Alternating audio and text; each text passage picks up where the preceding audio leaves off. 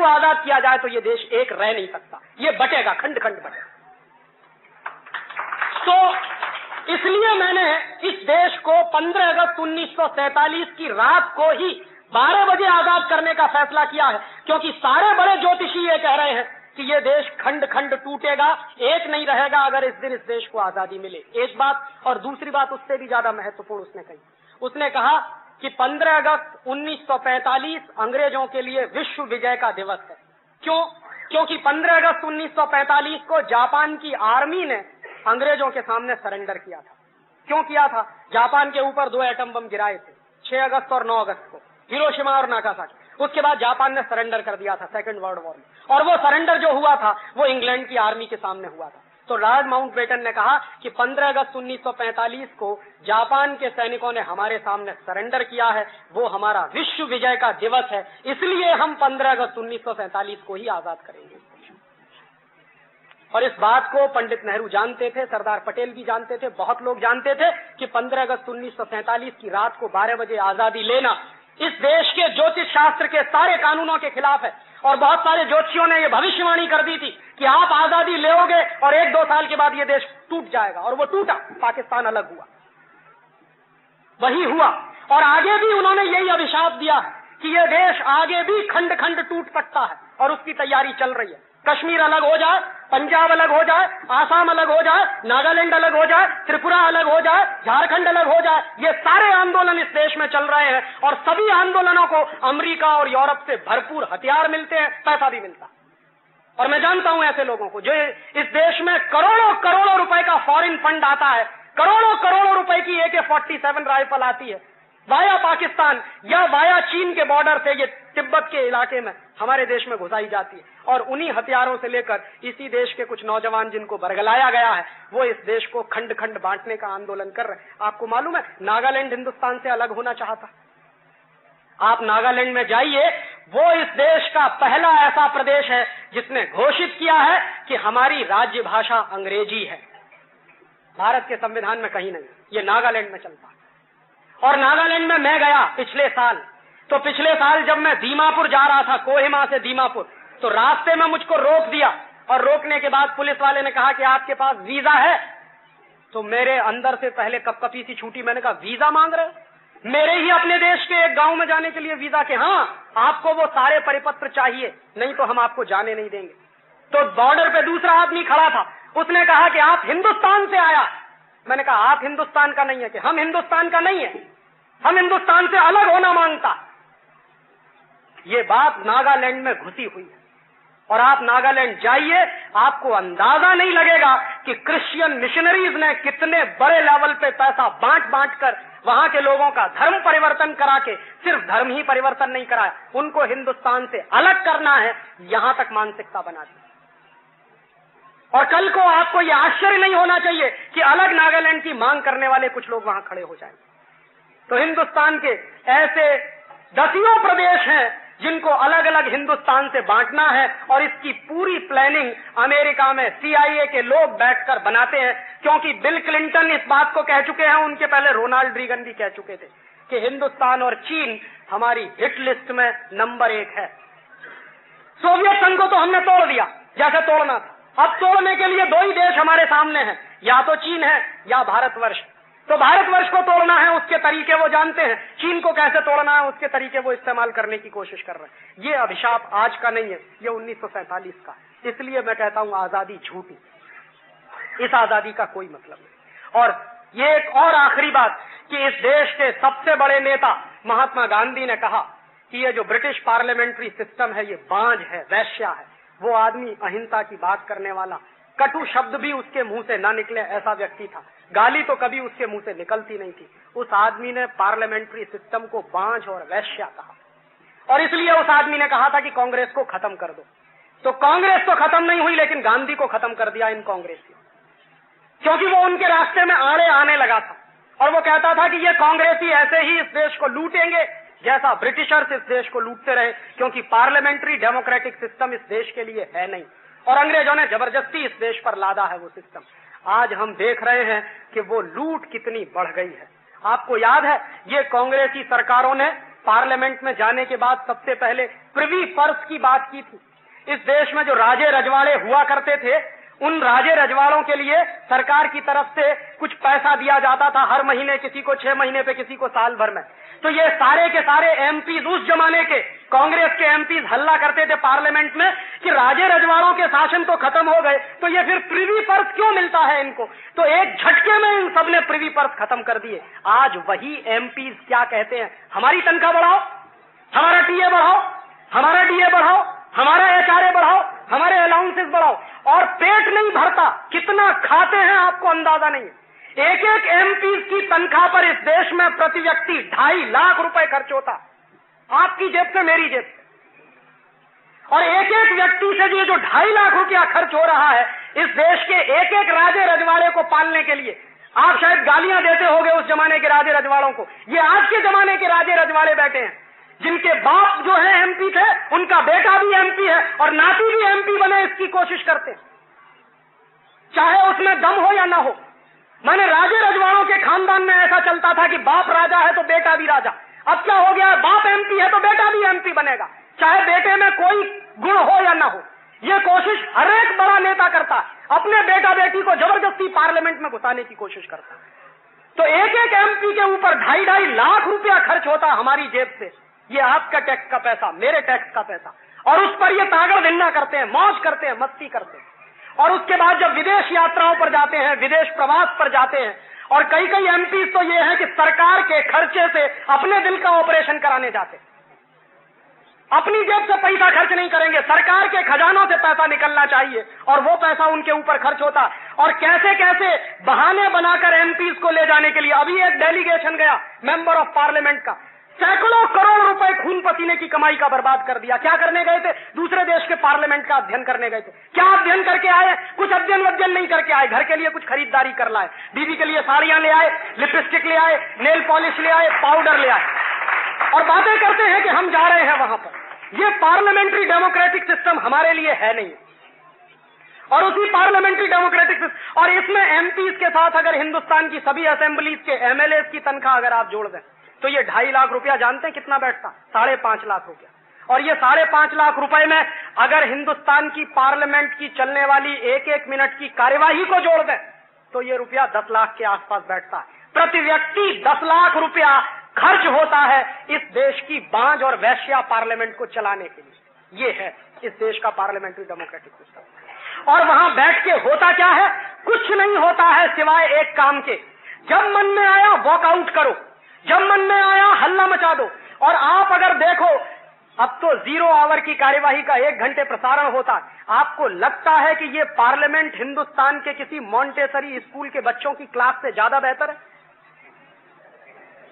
जहां बच्चे आपस में लड़ते हैं, एक दूसरे को तू तू मैं करते हैं, एक दूसरे को गालियां देते हैं, उससे ज्यादा बेहतर आपको लगता है पार्लियामेंट का स्टेटस है? जिस तरह से झगड़े होते हैं, जिस तरह से तू तू मैं होती है, और जिस तरह से एक दूसरे की धोती उतारने का काम करते हैं वहां पार्लियामेंट में, आप सोच सकते हैं ये इस देश के एमपीज हैं। और आप वहां की तो बात छोड़ दीजिए, मेरे उत्तर प्रदेश में तो एक दिन ये हो गया कि माइक उठा उठा के पटक पटक के दूसरों के सिर पे मारा। इन लोगों ने ये किया, पेपर वेट उठा उठा के मारा, पटक पटक के सिर फट गए लोगों। ये मेरे यहां हुआ उत्तर प्रदेश में। और बिहार की असेंबली में तो रोज यही दृश्य रहता, कब पेपर वेट उठा के दूसरा जो है दूसरे के खोपड़े पर मार देगा, कुछ पता नहीं। माने हम जो है लाखों रुपया, 10 लाख रुपया खर्च करते हैं एक एक एमपीज पर और इस पार्लियामेंट की एक एक मिनट की प्रोसीडिंग्स पर। वो पार्लियामेंट हमको देता क्या? वो पार्लियामेंट सिवाय एक काम करने के कुछ नहीं कर रहा, देश बेचो, देश बेचो और देश बेचो। India is on sale. Hindustan की आजादी के 50वें सालगिरह पर हमने हिंदुस्तान को बेचने के लिए खोल दिया। ऐसे इस देश की स्वर्ण जयंती मनाई जा रही है आजादी। और ये समझौते पता है कैसे होते हैं? आपने कभी कभी देखा होगा टेलीविजन पे, हमारे प्रधानमंत्री दूसरे देश के प्रधानमंत्री से मुस्कुराते हुए हाथ मिलाते, वो एक फाइल उनके हाथ में पकड़ा देता, वो दूसरी फाइल उनके हाथ में पकड़ा देता, देश बिकने का समझौता हो जाता। फाइल में अंदर क्या लिखा हुआ है कभी खोलकर आपको नहीं दिखाया जाता, और बराबर मुस्कुराते हुए ये काम होता है। माने देश बेचेंगे तो मुस्कुराते हुए सारे काम होते। ये सारा चलता है और इस देश में हम लोग जो है बेवकूफों की तरह से इस देश के पार्लियामेंटेरियंस के ऊपर लाखों रुपया खर्च करते हैं। और इसलिए मैंने कहा कि इस देश में कोई आजादी आई नहीं। अंग्रेजों ने ये पार्लियामेंट अपने स्वार्थ के लिए बनाया था, वही पार्लियामेंट इस देश में चलता है। अंग्रेजों ने अपने स्वार्थ के लिए जो कानून बनाए थे वो कानून चलते हैं। अंग्रेजों ने अपने स्वार्थ के लिए जो संविधान दे दिया वो संविधान चलता है। और अंग्रेजों ने अपने स्वार्थ के लिए जो अर्थव्यवस्था बनाई वही अर्थव्यवस्था चलती है। और हम सबको जानते हैं क्या कहा जाता है, देश का विकास हो रहा है। इतना बड़ा भ्रम कभी हुआ नहीं इस देश को, विकास हो रहा है। इस विकास के पैमाने क्या हैं जरा देखिए। विकास का माने क्या, 1947 में जब आजाद हुए तो इस देश के ऊपर एक नए पैसे का विदेशी कर्ज नहीं था। और अब कितना विकास हो गया है, अब विकास हो गया है कि हिंदुस्तान का प्रत्येक बच्चा 8,500 रुपए का कर्जदार हो गया। ये विकास हो गया इस देश में। पहले एक नए पैसे का कर्जा नहीं था। 200 साल अंग्रेजों ने लूटा तो भी हमारे ऊपर एक नए पैसे का कर्जा नहीं था। और अब 50 साल की आजादी के बाद इस देश के बच्चे बच्चे को हमने कर्जदार बना दिया। ये विकास हुआ। विकास की दूसरी परिभाषा मैं आपको देता हूं, कितना विकास हुआ। हिंदुस्तान जब 1947-48 में आजाद हुआ तो सारी दुनिया में जितना एक्सपोर्ट होता था, जितना माल बिकता था, जितना ट्रेड चलता था, उस ट्रेड में हिंदुस्तान का हिस्सा 2% था, 2% था। और आज 1997 में सारी दुनिया के ट्रेड में हिंदुस्तान का हिस्सा घटकर 0.4% रह गया। इतना विकास हुआ। विकास कितना हुआ है, 1947-1948 में इस देश का विदेशी व्यापार का घाटा, माने आयात निर्यात का घाटा, आयात ज्यादा होता है निर्यात कम होता है, उसकी वजह से घाटा आता है व्यापार में। तो 1947-48 में रिजर्व बैंक के आंकड़ों के अनुसार आयात निर्यात का घाटा 2 करोड़ रुपए था। आज 1997 में आयात निर्यात का घाटा 15,000 करोड़ हो गया है। ये है विकास इस देश का। और मैं विकास की परिभाषा दूं आपको, 1947-48 में 4 आने सेर का गेहूं मिलता था, आज 18 रुपए किलो का गेहूं हो गया। ये विकास है इस देश में। 1947-48 में रिजर्व बैंक के आंकड़ों के अनुसार 6 आने का 1 सेर दूध मिलता था गाय का शुद्ध, और अब 20 रुपए किलो का पाउडर का दूध पीजिए और आपका ये आपका विकास हो गया। 1947-48 में इस देश में 3 पैसे की 1 सेर भाजी मिलती थी, सब्जी मिलती थी। आज 20 रुपए की 1 पाव भाजी मिल जाए तो अपने आप को बात भाग्यशाली समझिए। यह विकास हो गया इस देश में। 1947-48 में आपके पुरखों ने, जो दादा दादाजी यहां बैठे हैं बुजुर्ग, उनसे मैं शायद जानना चाहूंगा कि हापुस आम आपको खाने को ही नहीं बांटने को मिलता होगा। और अब 1997 में आके आम तो गया बहुत दूर, मैंगो फ्रूटी मिलती है 160 रुपए किलो की। हम कहते हैं विकास हो गया इस देश में। इस देश में इफरात मात्रा में पानी था और इफरात मात्रा में इस देश की नदियां भरी रहती थी। आज इस देश में जमीन खोदिए तो 500 फीट और 600 फीट पे पानी नहीं मिलता। हम कहते हैं विकास हो गया इस देश में। और धीरे धीरे हालत क्या हो गई है कि पहले दरिया देखते थे, महासागर देखते थे, तालाब देखते थे, पानी की अथाह जलराशि थी। आज कहीं कहीं फुब्बारा चलता है, थोड़ा थोड़ा पानी टपकता है। हम कहते हैं विकास हो गया इस देश का। 12 रुपए की पानी की बोतल मिलती है पीने के लिए। भारतीय संस्कृति में पानी कभी बेचने की चीज नहीं रहा। दूध और पानी इस देश में कभी बेचे नहीं जाते थे, जमीन भी कभी बेची नहीं जाती थी। उस देश में दूध बिकता है वो तो छोड़ दीजिए, पानी बिकता है 12 रुपए लीटर का, और हम बोतल लगा के घटाघट पीते, कहते विकास हो गया। हवा भी बिकने वाली है राजीव भाई, हवा भी बिकेगी। और हवा भी बिकेगी अब, क्योंकि ऑक्सीजन के सिलेंडर, ऑक्सीजन के मास्क अब बंबई में आएंगे। जिस तरह से प्रदूषण बढ़ रहा है, यहां स्थिति जापान जैसी होने जा रही है कि जगह जगह भारत सरकार को टेलीफोन बूथ की तरह से ऑक्सीजन बूथ बनाने पड़ेंगे। तो आप 10 मिनट चलेंगे, फिर बूथ में घुसेंगे, ऑक्सीजन लेंगे, फिर 10 मिनट चलेंगे, फिर बूथ में घुसेंगे, फिर ऑक्सीजन लेंगे, तब जाके आप जो है अपने घर पहुंचे। ये आपका विकास हुआ। माने ये अजीब और गरीब परिभाषा है इस देश में विकास की। और इस विकास का मापदंड क्या है, यही मेरे समझ में नहीं आता। इस देश के विकास में जानते हैं क्या होता, पानी इस देश में पेट्रोल से ज्यादा महंगा बिकता, और हम कहते हैं देश का विकास। और उसका हिसाब लगा लीजिए, पेप्सी कोला, कोका कोला 8 रुपए की बोतल बिकती है, 300 मिलीलीटर पानी है। उस पानी में कुछ नहीं है, कार्बन डाइऑक्साइड मिलाया हुआ। दुनिया का सारा विज्ञान हमको यह सिखाता है कि कार्बन डाइऑक्साइड शरीर के बाहर निकालना चाहिए। हम पानी में मिलाया हुआ कार्बन डाइऑक्साइड घटाघट पीते हैं, और कहते हैं साहब हमारी तो तरक्की हो गई, हमारा तो विकास हो गया, क्योंकि कार्बन डाइऑक्साइड पी रहे। विज्ञान कहता है कार्बन डाइऑक्साइड बाहर निकालो, पेप्सी के साथ कार्बन डाइऑक्साइड घटाघट पीते हैं और पैसा कितना देते हैं? 8 रुपए का 300 मिलीलीटर, माने 27 या 28 रुपए का 1000 मिलीलीटर। 1000 मिलीलीटर माने 1 किलो। 1 किलो पानी है 28 रुपए का और 1 किलो पेट्रोल है 25 रुपए का। ये विकास है। बाजार में जाइए, 5 रुपए 6 रुपए लीटर का दूध खरीदती है और इन दोनों कंपनियों के 14 कारखाने हैं पूरे देश में। एक कारखाने में एक दिन में 30,000 लीटर दूध बर्बाद करते हैं ये दोनों कंपनी, और करोड़ों लीटर दूध बर्बाद करती हैं ये दोनों कंपनी। जिस दूध को 5-6 रुपए लीटर में खरीदती हैं गांव के किसान से, उसी दूध का चॉकलेट बनाती हैं तो बिकता है 180 रुपए किलो। चॉकलेट कैडबरीज का माने 180 रुपए किलो। तो बादाम की बर्फी नहीं मिलती, बादाम की बर्फी से महंगी चॉकलेट बिकती है जिसमें जहर मिलाया हुआ है निकिल और क्रोमियम का, माने जहर जो है बादाम से महंगा बिकता है और हम कहते विकास हुआ है। ये अजीब परिभाषाएं हैं हमारे विकास में। और दोस्तों सच मायने में कोई विकास नहीं हुआ है, विनाश हुआ है इस देश का। और ये विनाश जानते हैं कैसा हुआ? आप एक बाजू में देखते हो, राजीव भाई को पूछोगे कि राजीव भाई CLO कार दौड़ती है, मारुति दौड़ती है, 5 स्टार होटल बन गए, इतने बड़े बड़े फ्लाईओवर बन गए, इतनी चमक दमक हो गई है बंबई में, केंटकी फ्राइड चिकन आ गया, मैकडॉवेल आ गया, तो क्या ये सब बेवकूफी है? और मैं आपको यही कहने आया हूं कि ये जो कुछ आप देखते हैं ये सब उधार का विकास है। कर्जा लिया है और उस पर से ये हुआ, और ये कर्जा आपको चुकाना पड़ेगा। और कर्जा चुकाने की औकात अब भारत सरकार की खत्म हो गई है। जानते हैं क्या होता है? हर साल भारत सरकार पिछला कर्ज चुकाने के लिए नया कर्ज लेती है। इस साल क्या स्थिति है? 60,000 करोड़ रुपए का ब्याज चुकाना है। कर्ज चुकाने की तो बात छोड़ दी। और इस देश के बजट की हालत देखिए कि विकास का माने क्या। भारत सरकार के नेशनल बजट में जो एक साल का करीब 2 लाख करोड़ के आसपास का, 2 लाख करोड़ के नेशनल बजट में 60,000 करोड़ रुपया सिर्फ विदेशी कर्जे का ब्याज चुकाने में खर्च होता।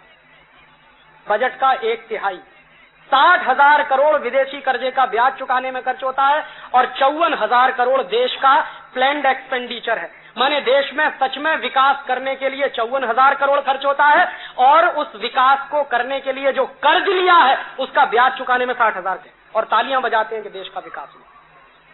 और क्या होता है? जिस दिन भारत सरकार को वर्ल्ड बैंक और IMF से कर्ज मिल जाता, उस दिन हिंदुस्तान के सारे बड़े अखबारों में, माफ करेंगे 2 अखबार वाले यहां बैठे, सारे बड़े अखबारों में मोटी मोटी हेडलाइन कि एड इंडिया कंसोर्टियम से $5.6 बिलियन मिलने जा रहा है, $10 बिलियन मिलने जा रहा है, $15 बिलियन मिलने, माने ये नेशनल न्यूज बनती है। जो शर्म की बात है हमारे लिए वो नेशनल न्यूज बनती है। मीडिया में बैठे हुए लोगों के दिमाग का विकास भी इतना हो गया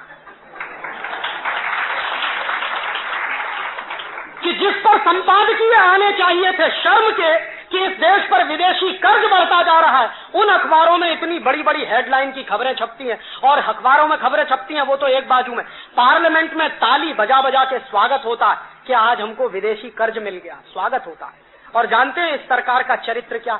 इस सरकार ने बेगर्स एक्ट बनाया, आपको मालूम? भिखारियों का कानून। और भिखारियों का कानून क्या है? दिल्ली में है, यहां महाराष्ट्र में भी, कई प्रदेशों में लागू है। उसमें क्या है? अगर कोई भिखारी 10 पैसे की भीख मांगे, 50 पैसे की भीख मांगे, 1 रुपए की भीख मांगे तो पुलिस वाला बंद कर देगा पकड़। ये बेगर्स एक्ट कहता है। तो माने 10 पैसे, 50 पैसे और 1 रुपए की भीख अगर कोई मांगता है तो उसको जेल में बंद कर देते हैं। और ये $5 अरब की भीख मांग कर लाते हैं, तालियां बजा बजा के स्वागत करते हैं पार्लियामेंट। इनको पकड़ के जेल में बंद नहीं करते।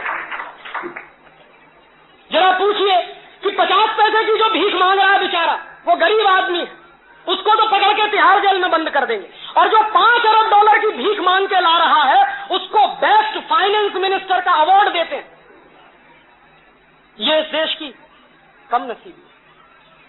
और ये सारा का सारा विदेशी कर्जे के आधार पर तामझाम जो खड़ा किया, जानते हैं जिन जिन देशों ने दुनिया में विदेशी कर्ज के आधार पर अपना विकास किया है वो सारे देश दिवालिये हो गए हैं, बैंकरप्ट हो गए हैं। और आपको सुनना हो तो मैक्सिको की कहानी सुनिए, सुननी हो तो ब्राजील की कहानी सुनिए, सुननी हो तो कोस्टारिका की कहानी सुनिए, कोलंबिया की कहानी सुनिए, इथियोपिया की कहानी सुनिए, सोमालिया की कहानी सुनिए, जानते हैं इथियोपिया और सोमालिया में क्या हुआ? उस देश के पास इतनी नेशनल प्रॉपर्टी होते हुए भी वो देश भूखमरी के कगार पर है। क्यों? सारी की सारी नेशनल प्रॉपर्टी इथियोपिया और सोमालिया की अमेरिका की कंपनियों के कब्जे में चली गई। क्यों चली गई है? सोमालिया की और इथियोपिया की सरकारों ने 10 साल पहले इसी विकास का रास्ता पकड़ा था, विदेशी कर्ज लो और विकास करो। कर्ज लेते लेते 10 साल के बाद ये हालत हो गई है कि आज अगर इथियोपिया अपनी पूरी राष्ट्रीय संपत्ति बेच दे तो विदेशी कर्ज नहीं चुक सकता। ये हालत हो गई। सोमालिया अगर अपनी पूरी संपत्ति बेच दे तो उनके ऊपर जितना विदेशी कर्ज हो गया वो चुक नहीं सकता। तो इन देशों ने जो रास्ता पकड़ा था उधार लेकर विकास करने का, वही रास्ता हमने पकड़ा। और जानते हैं धीरे धीरे हमारी हालत भी वही हो रही है। अगर भारत सरकार की नेट इनकम का हिसाब में लगाऊं तो जितनी कुल आमदनी है वो कुल आमदनी का करीब 60% विदेशी कर्जे का ब्याज चुकाने में खर्च होता। भारत सरकार की कुल आमदनी 1,10,000 करोड़ की है और 60,000 करोड़ रुपया खर्च करती है विदेशी कर्जे का ब्याज चुकाने में। ये चल रहा है इस देश में। और बजट बनता कैसे? अभी आ रहा है बजट, वो बनता कैसे उसको समझ लीजिए कि बजट का सबसे बड़ा हिस्सा विदेशी कर्जे का ब्याज चुकाने में खर्च हुआ। उसके बाद 20,000 करोड़ रुपया सरकार के कर्मचारियों की तनख्वाह देने में खर्च होता और उस 20,000 करोड़ के बाद लगभग 5 से 6,000 करोड़ रुपया पेंशन देने में खर्च होता। उसके बाद भारत सरकार का जो रक्षा मंत्रालय का बजट है वो 20-22,000 करोड़ का उसमें चला जाता और उसके बाद जो कुछ बचा है वो सब नॉन प्लान्ड एक्सपेंडिचर में चला जाता है। प्लान्ड एक्सपेंडिचर से कई गुना ज्यादा नॉन प्लान्ड एक्सपेंडिचर है, माने जहां सच में पैसा लगना चाहिए वहां पैसा लगता नहीं है और जहां पैसा नहीं लगना चाहिए, कम होना चाहिए, वहां सबसे ज्यादा पैसा खर्च होता है और वो बराबर घाटा चलता रहता है। तो उस घाटे को पूरा करने के लिए क्या करते हैं? या तो नोट छापते हैं और नोट छापने से काम नहीं चलता है तो हिंदुस्तान की सरकार फिर विदेशों से कर्ज लेके आती है। और अब की बार तो सरकार ने अद्भुत फैसला किया है आपको लूटने का। जानते हैं क्या किया? भारत सरकार के रिजर्व बैंक ने तय कर लिया है कि इस साल 100 रुपए का सिक्का छापेंगे और 100 रुपए का सिक्का आपको 200 रुपए में बेचा जाएगा। जरा सोचिए, ये आजाद हिंदुस्तान के बनने वाले नियम है कि 100 रुपए का सिक्का बनेगा, वो आपको बेचा जाएगा 200 रुपए में, माने हर एक आदमी की जेब से 100 रुपया निकाला जाएगा। ये सरकारें लूटने का काम कर रही हैं, ये सरकारें हैं हमारी। ये तो डकैत हैं, चोर हैं, उचक्के हैं, लुटेरे। इनको सरकार कहना तो सरकार शब्द की तौहीन करना है मेरे हिसाब से। और अंग्रेजों ने दोस्तों जितना नहीं लूटा है इस देश को, उससे ज्यादा लूट पिछले 50 साल में इस देश की हुई। इसी देश के कुछ बड़े अर्थशास्त्रियों में, जिनमें प्रोफेसर एस.के. गोयल और ब्रह्मानंद जैसे लोग हैं, उनके कुछ रफ एस्टीमेट हैं। मैं एक दिन हिसाब लगा रहा था कि ईस्ट इंडिया कंपनी कितना लूट कर ले जाती थी एक साल में इस देश से। तो भारत से ईस्ट इंडिया कंपनी का एक साल का नेट प्रॉफिट 60 करोड़ रुपए के बराबर था। तो 60 करोड़ रुपए ईस्ट इंडिया कंपनी दर वर्ष ले जाती थी लूट कर। अब कितना लूट रहे हैं? हिंदुस्तान में इस समय 4,000 से ज्यादा विदेशी कंपनियां हैं। वो सारी कंपनियां एक साल में मिलकर करीब 70,000 करोड़ रुपए ले जाती हैं। जब हम गुलाम थे तो हमारी कम लूट होती थी, अब आजाद हो गए हैं तो इस देश में लूट ज्यादा बढ़ गई है। और कुछ उदाहरण से समझ लीजिए कि लूट कैसे होती है। पेप्सी कोला और कोका कोला कुछ नहीं बेचता, पानी बेचता है, और पानी बेचकर पिछले साल ये दोनों कंपनियों ने 240 करोड़ रुपए लूटा है इस देश में। 240 करोड़ रुपए लूटा।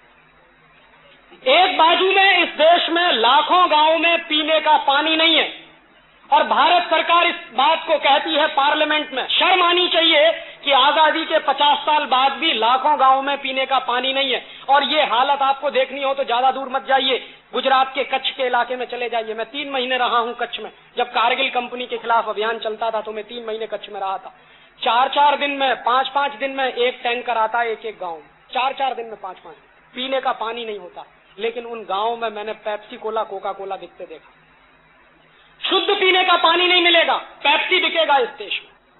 और पेप्सी बिकेगा तो उसका 240 करोड़ रुपया हिंदुस्तान के खून पसीने की कमाई का वो अमेरिका ले जाएंगे। इस 240 करोड़ रुपए से हिंदुस्तान के 2.5 लाख गांवों में पीने का पानी दिया जा सकता, जितने पैसे से हम पेप्सी और कोका कोला पी के अमेरिका पैसा भेजते। और बराबर हम भी यही कहते हैं, भारत माता की जय। 240 करोड़ गया अमेरिका और ताली पीट के भारत माता की जय। भारत माता की जय कहां से होने वाली? और हम भी यही मानते हैं कि जब तक पेप्सी नहीं पिएंगे, कोका कोला नहीं पिएंगे, हमारा विकास नहीं होगा। पहले घर घर में, गली गली में जाते थे, कोई केरी का रस पिलाता था, कोई शिरडी का रस पिलाता था, कोई नींबू का रस पिलाता था। अब घुसिए घर में, सबसे पहले पूछे, राजीव भाई चाय पियेंगे? कि राजीव भाई कहेंगे नहीं चाय नहीं पियेंगे। तो कॉफी पियेंगे? नहीं कॉफी भी नहीं पियेंगे। तो ठंडा पियेंगे? पेप्सी या कोका कोला पियेंगे? माने चाय पिलाओ तो मारो राजीव भाई को, क्योंकि कैफीन है, निकोटिन है, दोनों ही जहर है। कॉफी पिलाओ तो भी मारो राजीव भाई को, और ऊपर से ठंडा पिला दो तो और जल्दी मार डालो राजीव भाई। आए हैं राजीव भाई अतिथि बन के और पिला रहे हैं उनको कोका कोला, माने कार्बन डाइऑक्साइड। दिमाग ऐसा गुलाम हो गया है कि 1 मिनट सोचते नहीं है कि हम कर क्या रहे। और ये सब विकास के ही नाम पे होता है। और एक एक कंपनी इस देश में आई है, ये जो विदेशी कंपनियां है ना, एक कंपनी है उसका नाम है कॉलगेट पामोलिव, अमेरिका की कंपनी, इस देश में आई 50,000 रुपए की पूंजी से उसने इस देश में धंधा शुरू किया। आज कॉलगेट पामोलिव कंपनी के 1 साल के प्रॉफिट 180 करोड़ रुपए के, 50,000 से धंधा शुरू किया उसने। हिंदुस्तान लीवर, हॉलैंड की कंपनी, असली नाम यूनिलीवर है, इस देश में आई धंधा करने, 24 लाख रुपए से धंधा शुरू किया और आज उस कंपनी के प्रॉफिट 480 करोड़ रुपए के आसपास। कुछ लाख रुपए लेके आते हैं और सैकड़ों करोड़ रुपए की संपत्ति यहां से बटोर के ले जाते हैं। पूंजी वो नहीं लाते, पूंजी हमारे यहां से उनके यहां जाती है। और ये सारे गरीब देशों की यही हालत है। दुनिया के 120 गरीब देशों से जितनी पूंजी दुनिया के अमीर देशों में जाती है आप सोच नहीं सकते। लास्ट ईयर के आंकड़े हैं अंकटाड के, United Nations commission on trade and development के लास्ट ईयर की बुकलेट के आंकड़े हैं, वो मैं कोट कर रहा हूं कि 120 देशों में एक साल में अमीर देशों से लगभग $500 बिलियन की पूंजी आती है, कर्जे के रूप में, फॉरेन डायरेक्ट इन्वेस्टमेंट के रूप में, फॉरेन एड के रूप में। और इन्हीं 120 देशों से अमीर देशों को जो जाने वाली पूंजी है वो $745 अरब है, $745 बिलियन चला जाता है, 500 बिलियन वहां से आता कम है, जाता ज्यादा है। पूंजी वो नहीं लाते हैं, पूंजी हम उनको देते हैं।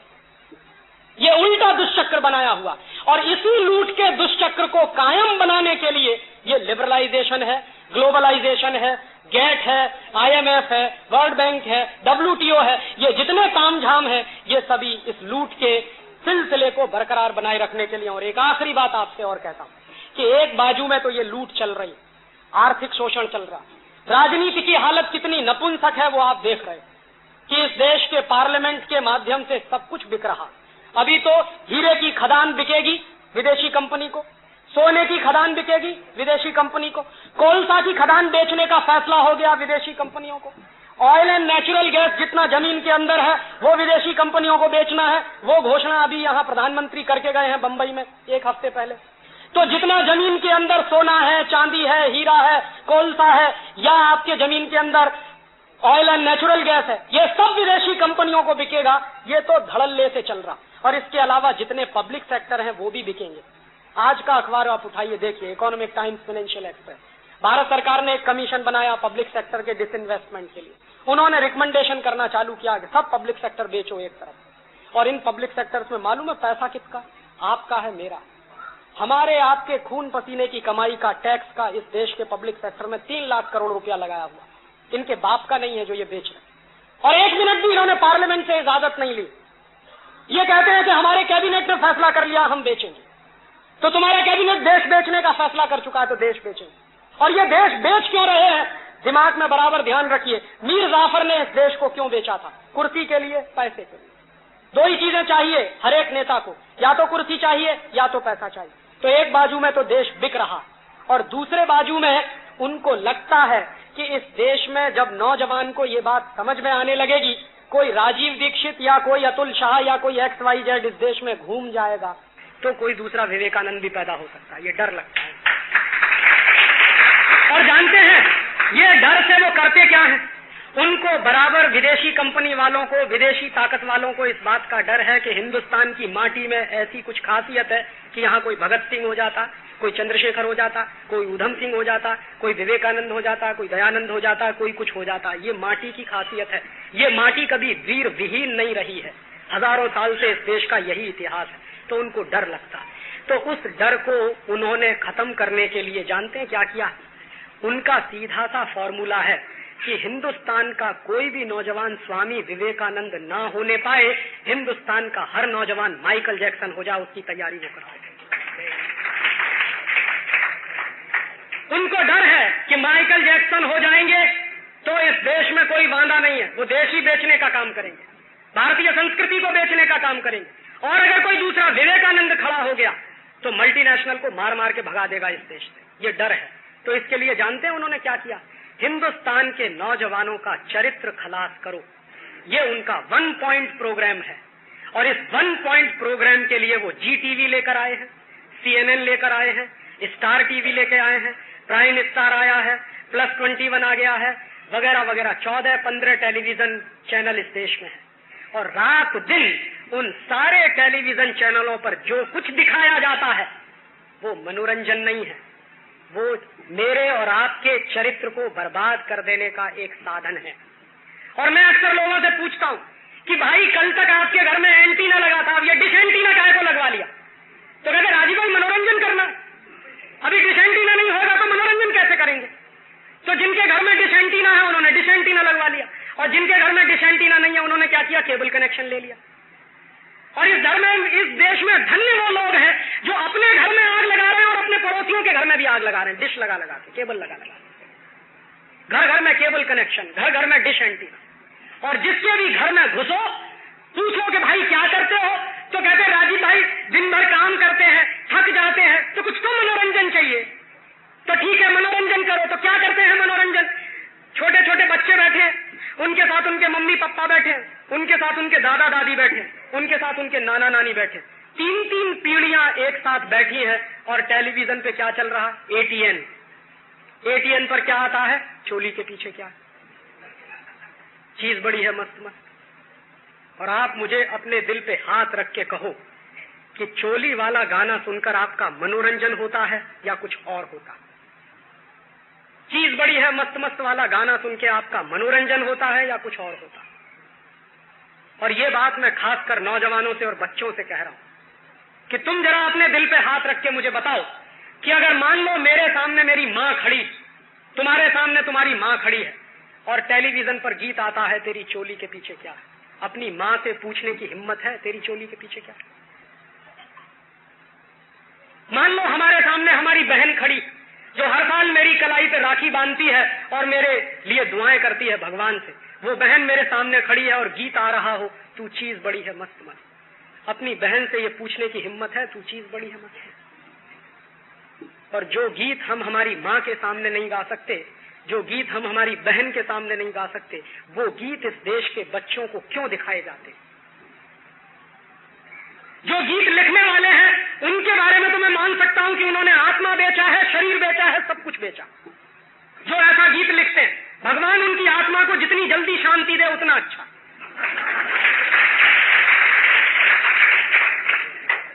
लेकिन उससे ज्यादा जो मुझे दूसरा गुस्सा आता है कि घर घर में जहां अभी भी भारतीय संस्कृति की बातें कही जाती हैं, जिस देश में मुझे बचपन से यह सिखाया गया यत्र नार्यस्तु पूज्यन्ते रमन्ते तत्र देवता, अभी उसी देश में मुझे कोई कहता है तू चीज बड़ी है मस्त मस्त। अभी उसी देश में कोई कहता है मुझे कि चोली के पीछे क्या। और इस देश में संस्कृति का कबाड़ा हो गया है। जब मैं देश के नौजवानों को ये गाते हुए सुनता हूं, मेरा दिल तो ये कहता है कि इस देश के नौजवानों को गाना चाहिए मेरा रंग दे बसंती चोला, लेकिन गा रहे हैं चोली के पीछे क्या है। ये संस्कृति का नाश हो रहा है, ये मनोरंजन नहीं हो रहा। और ये घर घर में आग लग रही है, सुलग रही है, अभी लगी नहीं है। जिस दिन घर घर में आग लगना शुरू हो जाएगी, आपसे देखा नहीं जाएगा कि आपके बच्चे क्या कर रहे हैं। और ये जो टेलीविजन आया है, ये दो ही चीजें दिखाता है, या तो सेक्स की वल्गैरिटी, या दिखाता है वायलेंस, मारामारी। और इतनी वायलेंस, इतनी मारामारी, इतनी वल्गैरिटी दिखाते हैं। आपको मालूम है, आपके ये छोटे छोटे बच्चे, ये छोटे छोटे नौनिहाल, जिनके बारे में आप कल्पना करते हो कि ये भविष्य में अच्छे डॉक्टर बनेंगे, ये अच्छे इंजीनियर बनेंगे, ये अच्छे साइंटिस्ट बनेंगे, क्या देखते हैं। और एक एक घर में जिनके यहाँ केबल कनेक्शन आ गया है, डिश एंटीना आ गया है। मैंने मेरे शहर में सर्वे कराया था इलाहाबाद में, सामान्यतः छोटा बच्चा एक दिन में 5 घंटे टीवी देखता, सामान्यतः। और होता क्या है, स्कूल से आया, बस्ता फेंका, टीवी चालू हो गया। अब उसकी अम्मा कहेगी कि बेटा खाना खाओ, तो टीवी के सामने। अम्मा कहेगी बेटा होमवर्क करो, तो टीवी के सामने। अम्मा कहेगी बेटा जाओ खेलने के लिए, कि नहीं जाएंगे क्योंकि चित्रहार आ रहा। पड़ोसी का बेटा आपके घर में नहीं आएगा, आपका बेटा पड़ोसी के घर में नहीं जाएगा। दोनों बैठे हुए टेलीविजन देख रहे हैं। बच्चे खेलना कूदना भूल गए हैं, आपस की उनकी जो धीरा मुश्ती होती थी वो भी भूल गए, थोड़ी दौड़ भाग करते थे वो भी भूल गए। टीवी से चिपक कर बैठे। और ये टीवी का आकर्षण कितना जबरदस्त होता है। बच्चों को छोड़ दीजिए, बड़ों की बात कर रहा हूं कि एक बार अगर चालू हो जाए और आपको दिख रहा है कि ये दृश्य हमको बराबर अच्छा नहीं लगता, आपकी हिम्मत नहीं होती कि उठ के उसको बंद कर दें। इतने गुलाम हो जाते हैं। ये टेलीविजन का जो आक्रमण है वो इतना जबरदस्त होता है कि अच्छे खासे विवेक वाले व्यक्ति, अच्छे खासे तर्क शक्ति रखने वाले व्यक्ति बराबर देखते हैं कि जो कुछ देख रहे हैं वो ठीक नहीं है, लेकिन इतनी हिम्मत नहीं होती कि उठ के उसको बंद कर दें। इतने गुलाम हो जाते हैं, इतना जबरदस्त आक्रमण होता है।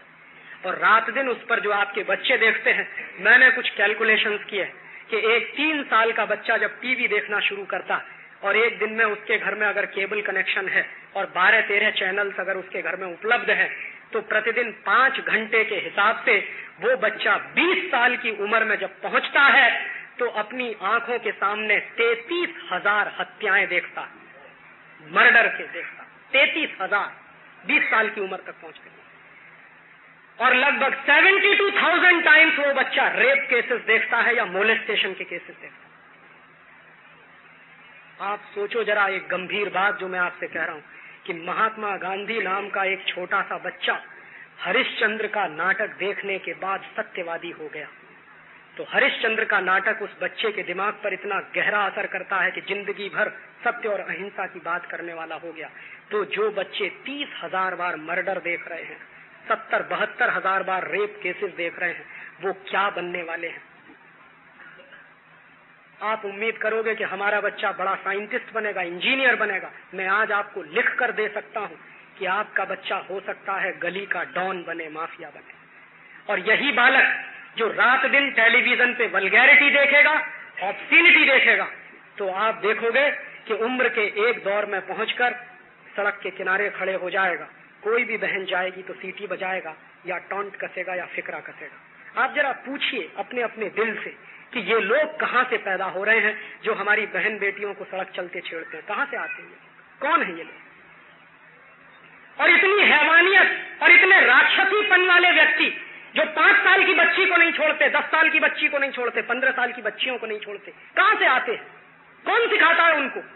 किसी स्कूल में पढ़ाया जाता है? आप मुझे बताइए, हिंदुस्तान के किसी स्कूल के सिलेबस में ये पढ़ाया जाता है? किसी बच्चे को जरा ये बताइए। या हिंदुस्तान की सिलेबस की किसी किताब में ये पढ़ाया जाता है? ये बताइए। किसी स्कूल में नहीं पढ़ाया जाता, घर में कोई सिखाता नहीं है उनको, उसके बावजूद ये सीखने वाले लोग कहां से आ जाते हैं? 2 ही कारण है, या तो टेलीविजन या तो सिनेमा। और इस सिनेमा और टेलीविजन का असर क्या होता है मैं आपको शेयर कर सकता हूं। मैं अक्सर छोटे छोटे बच्चों से बात करता हूं। एक बार मेरे एक मित्र हैं, अहमदाबाद में रहते हैं, उनका 3 साल का बच्चा, उससे मैंने पूछा कि बताओ तुम्हारा हीरो कौन है? कहने लगा संजय दत्त। तो मैंने कहा क्यों? महात्मा गांधी नहीं है कि नहीं है? भगत सिंह नहीं है कि नहीं है? चंद्रशेखर नहीं है कि नहीं है? स्वामी विवेकानंद नहीं है? नहीं है। इनमें से कोई मेरा हीरो नहीं है, मेरा हीरो है संजय दत्त। मैंने कहा क्यों है तुम्हारा हीरो संजय दत्त? कहने लगा राजीव अंकल, वो 25 मंजिल की इमारत से जब कूदता तो उसको कभी चोट नहीं आती, उसके कपड़े भी नहीं फटते कभी। और वो जो संजय दत्त नाम का आदमी है, जब मोटरसाइकिल लेके चलता है तो दीवार तोड़ के निकल जाता। मोटरसाइकिल नहीं टूटती, संजय दत्त का सिर नहीं टूटता, दीवार टूट जाती। फिर कहने लगा अंकल, वो इतना ताकतवर है कि एक विलेन को घूसा मारे तो विलेन धराशायी हो जाता। तो उस बच्चे से मैंने पूछा कि भाई तुम्हारा हीरो अगर इतना ताकतवर है तो 2 साल तक बंबई की आर्थर रोड जेल में बंद क्यों था? जो दीवार तोड़ के निकल आता है, 25 मंजिल इमारत कूद सकता है, वो बंबई की आर्थर रोड की दीवार नहीं तोड़ पाया। तो जानते हैं उस बच्चे ने बहुत गंभीरता से मुझे जवाब दिया, तो क्या ये सब झूठ होता? मैंने कहा और क्या सच होता? अब वो 3 साल का 4 साल का बच्चा, उसके भोलेपन को आप क्या कहोगे? क्योंकि रात दिन उसको झूठ दिखाया जा रहा है, रात दिन उसको मारामारी दिखाई जा रही, रात दिन उसको वायलेंस दिखाई जा रही। और ये जो वायलेंस होती है ना, ये बहुत खतरनाक होती है। ये क्या होती है? जितनी बार आप मर्डर के सीन देखोगे, जितनी बार आपका बच्चा मारामारी देखेगा, उतनी बार उसके मन से दया, करुणा, प्रेम खत्म हो जाएगा। और हमारे यहाँ एक वाक्य कहा जाता है, दया धर्म का मूल है। अगर मेरे दिल में दया नहीं रहेगी तो धर्म कहाँ रहेगा? और इसलिए मैं कहता हूं कि ये वायलेंस बहुत खतरनाक है जो दिखाई जा रही है। और ये जानबूझकर दिखाई जा रही है। ऐसा नहीं है कि उनके पास अच्छे कार्यक्रम नहीं, अच्छे कार्यक्रम बनाने वाले भी लोग हैं और अच्छे कार्यक्रम दिखाने वाले भी लोग हैं, लेकिन जानबूझकर वो दो ही चीजें दिखाएंगे, या तो सेक्स की वल्गैरिटी या वायलेंस और मारामारी। और ये वायलेंस और मारामारी हजारों बार देखते देखते देखते देखते हम इतने संवेदना शून्य हो गए हैं कि 1984 में जब 10,000 लोग भोपाल में मर गए तो किसी की आंखों से आंसू नहीं निकले इस देश में। इतने संवेदना शून्य हम हो गए। सिनेमा में मर्डर देख देख कर, टेलीविजन पर मारामारी देख देख कर हमारे दिल की करुणा बिल्कुल सूख गई है, दया बिल्कुल खत्म हो गई है। हमारी आंखों के सामने जब मर्डर होता है हम बगल से होकर निकल जाते हैं। सारी इंसानियत, सारी मानवीयता एक तरफ धरी रहती है, टेलीविजन का असर इतना हावी होता है। और इसलिए मैं आपसे दो ही बातें कहने आया हूं कि एक बाजू में ये जो लूट चल रही है इसको रोक दीजिए, नहीं तो ये देश नहीं बचेगा, और दूसरे बाजू में ये जो टेलीविजन का आक्रमण चल रहा है इसको रोक दीजिए, नहीं तो आपका घर नहीं बचेगा। देश बचेगा, समाज बचेगा, ये बहुत दूर की बात है। मैं तो आपसे विनम्रता पूर्वक ये कहने आया हूं कि आप अपना घर बचा लीजिए। देश बचाएंगे, समाज बचाएंगे, दूर की बातें हैं, पहले आप अपना घर बचा लीजिए। और घर बचाने की बात इसलिए कह रहा हूं कि हर मम्मी पापा के लिए अपना बेटा या बेटी दुनिया का सबसे लाडला व्यक्ति होता है, और उसी को आपने झोंक दिया है उन दरिंदों के सामने, उन भेड़ियों के सामने जो जानते नहीं है मानवीयता क्या होती है, इंसानियत के गुण क्या होते हैं। ये घर घर में जो डिश एंटीना आ गया है, घर घर में ये जो केबल कनेक्शन आ गया है, और इसकी वजह से ये जो होड़ लग गई है कि मेरे पड़ोसी के घर में ये है तो मेरे घर में नहीं है। और जानते हैं ये सिखाता क्या है? आप जरा इसको गंभीरता से समझिए कि ये कितनी खतरनाक चीज है। टेलीविजन आपको सिखाता है घर की बढ़े शान, पड़ोसी की जले जान, नेबर्स एनमी ओनर्स प्राइड। इसका माने जानते हैं क्या? कि आपके घर की शान तब बढ़ेगी जब पड़ोसी की जान जलेगी। आपका धर्म क्या कहता है? पड़ोसी से प्यार करो। टेलीविजन कहता है पड़ोसी की जान जलाओ। और हम क्या कर रहे हैं? अपने पड़ोसी की जान जलाने के लिए ओनिडा खरीद लाए, पड़ोसी हमारी जान जलाने के लिए ओनिडा खरीद लाए, और दोनों पड़ोसी एक दूसरे की जान जलाने में लगे हुए। कब दोनों के घर जलेंगे किसी को नहीं मालूम। और जिस दिन दिमाग में मेरे जैसे किसी आदमी के ये बैठ जाता है ना, मैं आपको बता रहा हूं, हम सब परेशान है ना, करप्शन करप्शन करप्शन। ये करप्शन की मां कौन है, करप्शन की जड़ क्या है, उसको जरा समझिए। एक उदाहरण से मैं आपको बहुत गंभीर बात समझाने की कोशिश कर रहा हूं कि जिस दिन राजीव दीक्षित जैसे किसी नौजवान के दिमाग में ये बैठ जाता है कि घर की शान तब बढ़ेगी जब ओनिडा आएगा, घर की शान तब बढ़ेगी जब बीपीएल की वॉशिंग मशीन आएगी, घर की शान तब बढ़ेगी जब कैलकुलेटर का रेफ्रिजरेटर आएगा, घर की शान तब बढ़ेगी जब मारुति की कार आ जाएगी, तो राजीव दीक्षित कहेंगे भाई मेरी जेब में तो 10 रुपया नहीं, अब ओनिडा आएगा कहां से? तो मेरे जैसा ईमानदार आदमी जिसके दिमाग में आपने ये डाल दिया कि घर की बढ़े शान और पड़ोसी की जले जान, ओनिडा टेलीविजन, मैं देखता हूं मेरी जेब में तो 10 रुपया नहीं है, ओनिडा टेलीविजन के लिए तो 17,000 रुपया चाहिए, तो रात दिन मेरे दिमाग में ये घन चक्कर शुरू हो जाएगा। घर की शान बढ़ाइए, पड़ोसी की जान जलाइए। और एक दिन ऐसा आएगा कि राजीव दीक्षित 17,000 रुपए के लिए अपनी आत्मा को बेच देंगे, देश को बेच देंगे, क्योंकि ओनिडा लाना है खरीद कर। यहीं से एक ईमानदार आदमी के बेईमान होने की कहानी शुरू हो जाती है।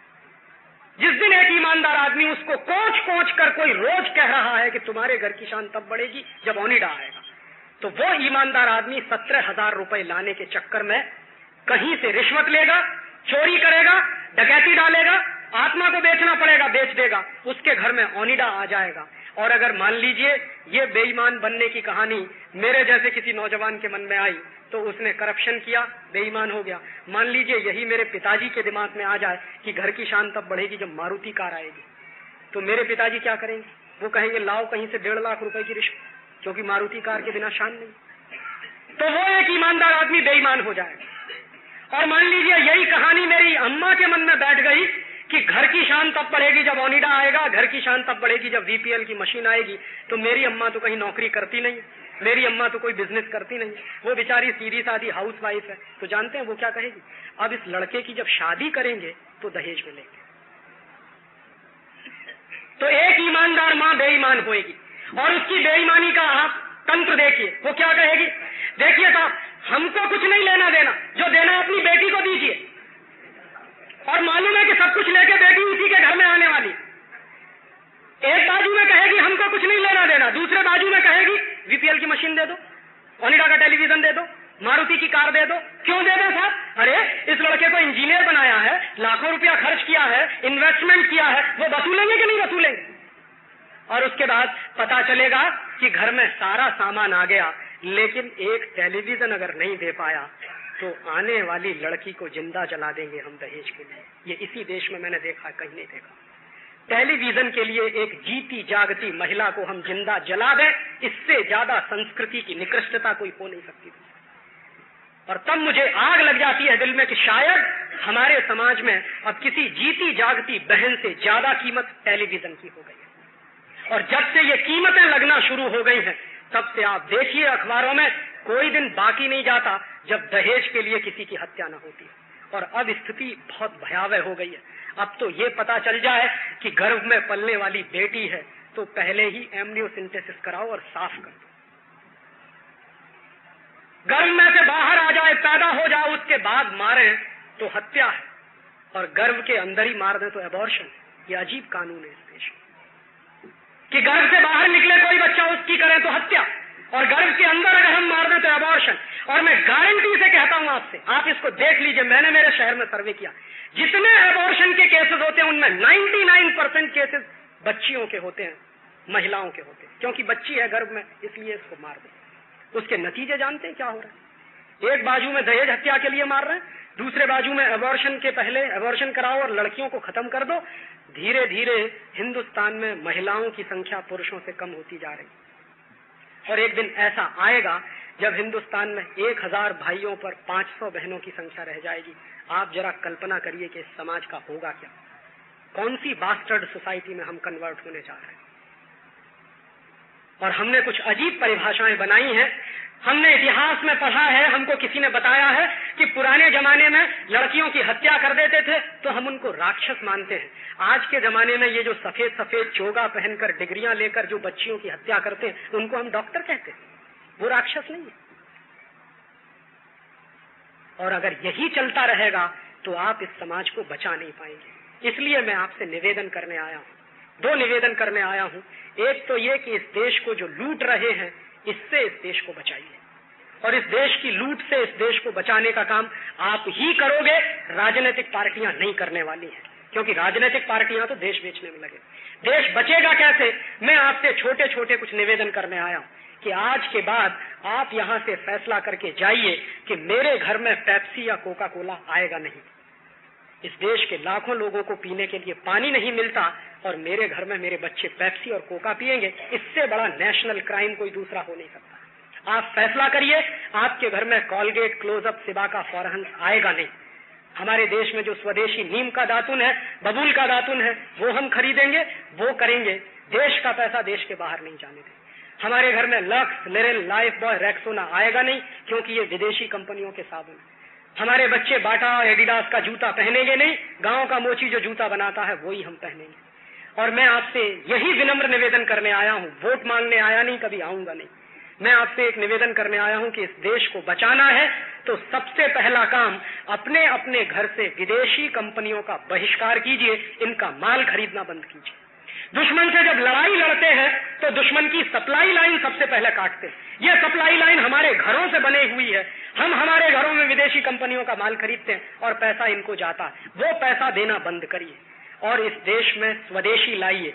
और स्वदेशी में मेरा बहुत स्पष्ट मानना है, टाटा, बिरला, डालमिया स्वदेशी है नहीं, ये भूल कभी मत कीजिएगा। मेरे लिए स्वदेशी है नीम का दातुन, मेरे लिए स्वदेशी है अगर मेरे गांव में कोई साबुन बनता है वो, मेरे लिए स्वदेशी है मेरे गांव में बनता है कोई जूता वो, मेरे लिए स्वदेशी है खादी का कपड़ा बनता है वो। मेरे लिए स्वदेशी की परिभाषा बहुत स्पष्ट है कि जो मेरे सबसे नजदीक बनता है और मेरे भाई को रोजगार देता है वो स्वदेशी है। वो परिभाषा आप तय करिए। तो अपने गांव में जो बनता है, मेरे शहर में जो बनता है वो मैं खरीदूंगा। ये बड़े टाटा, बिरला, डालमिया भी स्वदेशी नहीं है, क्योंकि ये रोज विदेशी कंपनियों के सामने सरेंडर कर रहे हैं, रोज कोलैबोरेशन कर रहे हैं। टाटा ने अपने आप को बेच दिया हिंदुस्तान लीवर को, पार्ले ने अपने आप को बेच दिया कोका कोला को, जिलेट को बेच दिया ये आपके भारत मल्होत्रा प्रोडक्ट्स वालों ने अपने आप को 30 बड़े घराने मल्टीनेशनल के सामने सरेंडर कर चुके। तो वो कब विदेशी हो जाएंगे कुछ नहीं कहा जा सकता, और विदेशी कंपनियों के साथ लूटने में उनको भी कुछ हिस्सा मिले, यही उनकी कोशिश चल रही है। तो ये स्वदेशी कभी हो नहीं सकते।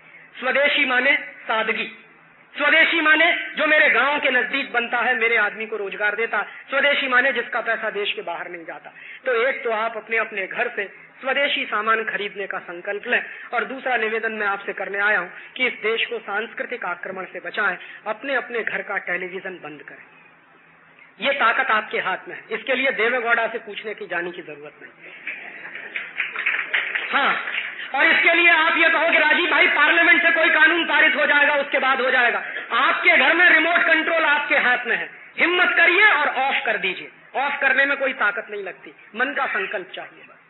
और अगर आप बंद कर देंगे तो आपके बच्चे बंद कर देंगे। नहीं तो ऐसा नहीं होगा कि आप घर में बैठ के टीवी देखें और बच्चों से आप कहें कि भाई तुम मत देखो, ये नहीं चलने वाला। आप बंद करिए, आपके बच्चे बंद कर देंगे। तो ये टीवी बंद हो जाएगा तो आप कहोगे समय बचेगा, और वो समय बचेगा उसमें आप बहुत सारे काम कर सकते हैं। सामयिक करिए, प्रतिक्रमण करिए, आपको कहने वाले बड़े बड़े गुरुदेव हैं। समय बचाइए तो कुछ धर्म के काम करिए, और सबसे बड़ा धर्म का काम क्या है? पड़ोसी के घर में जाइए, उसके दुख दर्द पूछिए। हमने पड़ोसी के घर जाना बंद कर दिया, पड़ोसी हमारे घर नहीं आता। एक दूसरे के घर जाने का जो रिश्ता बनाया हुआ था समाज को, जिस पर टिका हुआ था, वो टूट रहा है। और वो पड़ोसी के घर जाना आप तभी शुरू करोगे जब आपके पास समय बचे। तो टीवी बंद करिए, उसमें से समय बचेगा। और एक आखिरी निवेदन और, अपने अपने बच्चों को कॉन्वेंट स्कूल में मत भेजिए। ये जो कॉन्वेंट स्कूल है, जानते हैं यूरोप में किन बच्चों को कॉन्वेंट स्कूल में भेजा जाता है? यूरोप में वर्षों वर्षों एक बड़ी परंपरा रही है, अनाथ बच्चे होते हैं, मम्मी पापा हैं फिर भी बच्चों को छोड़ देते हैं। वहां है सैकड़ों नहीं हजारों वर्षों से यूरोप में ये परंपरा है बच्चों को एबेंडन छोड़ने की। अभी कुछ कम हुई है, 14वीं-15वीं शताब्दी तो भयंकर परंपरा है। तो जिन बच्चों के मम्मी पापा का पता नहीं होता है, उन बच्चों के लिए कॉन्वेंट स्कूल वहां खोले जाते हैं। और हम क्या करते हैं? मम्मी पापा जिनके हैं वो बच्चे कॉन्वेंट स्कूल में जाते हैं। माने अपने मम्मी पापा के रहते हुए अपने बच्चों को क्यों अनाथ बना रहे हैं?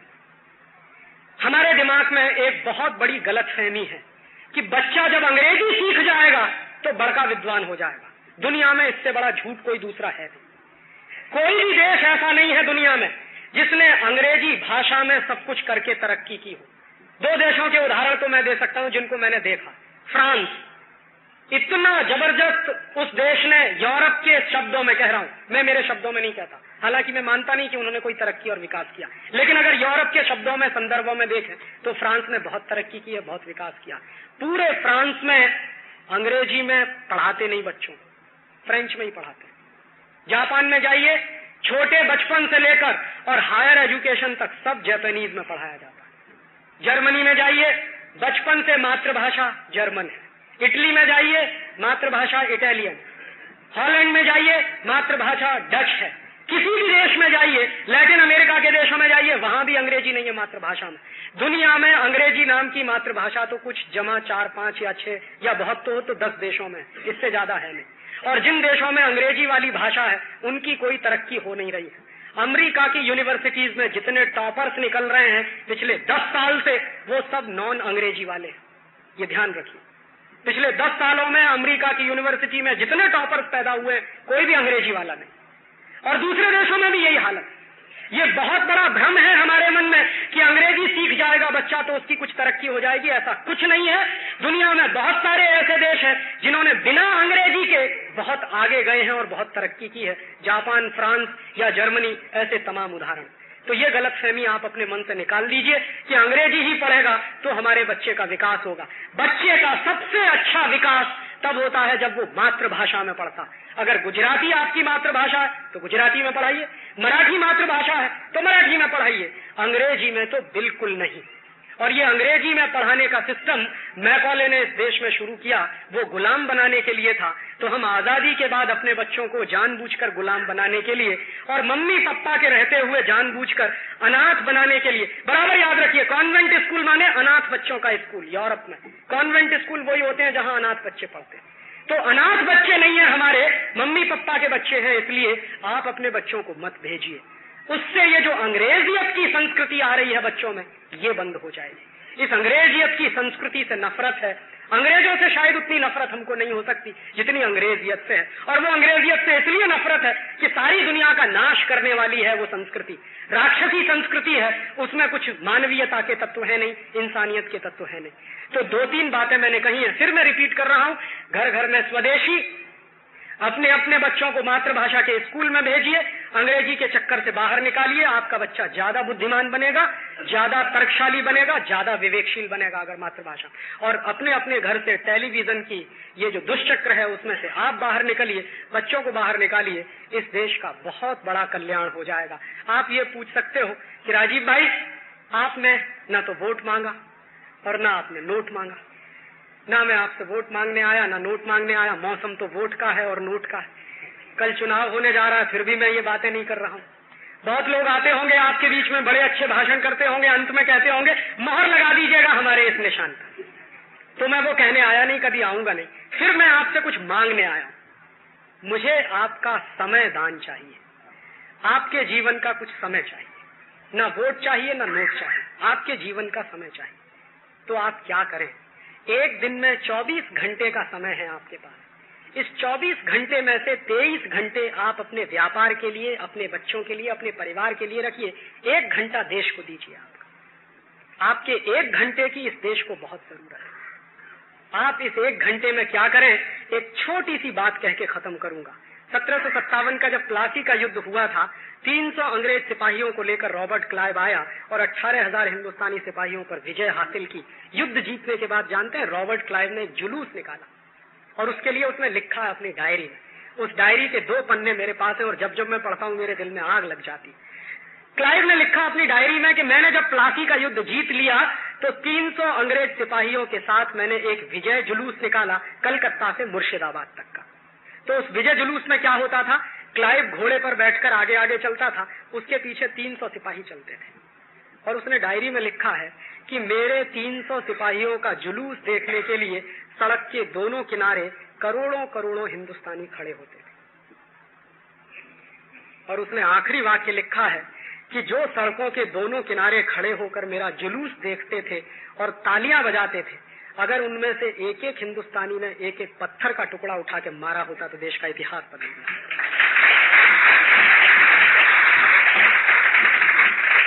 ये बात मेरे दिल में आग की तरह से लगी रहती है कि वो 300 लोग थे और हम करोड़ों की संख्या में थे, उनका जुलूस देखते रहे, तालियां पीटते रहे, हमने एक पत्थर उठा के नहीं मारा। आज भी वही हो रहा है। और मैं इसी के लिए आपसे कहने आया हूं कि प्रतिदिन कम से कम 1 घंटा निकालिए और हिम्मत करके एक पत्थर का टुकड़ा तो मारिए। वो गलती तो मत कीजिए जो हमारे पुरखों ने की।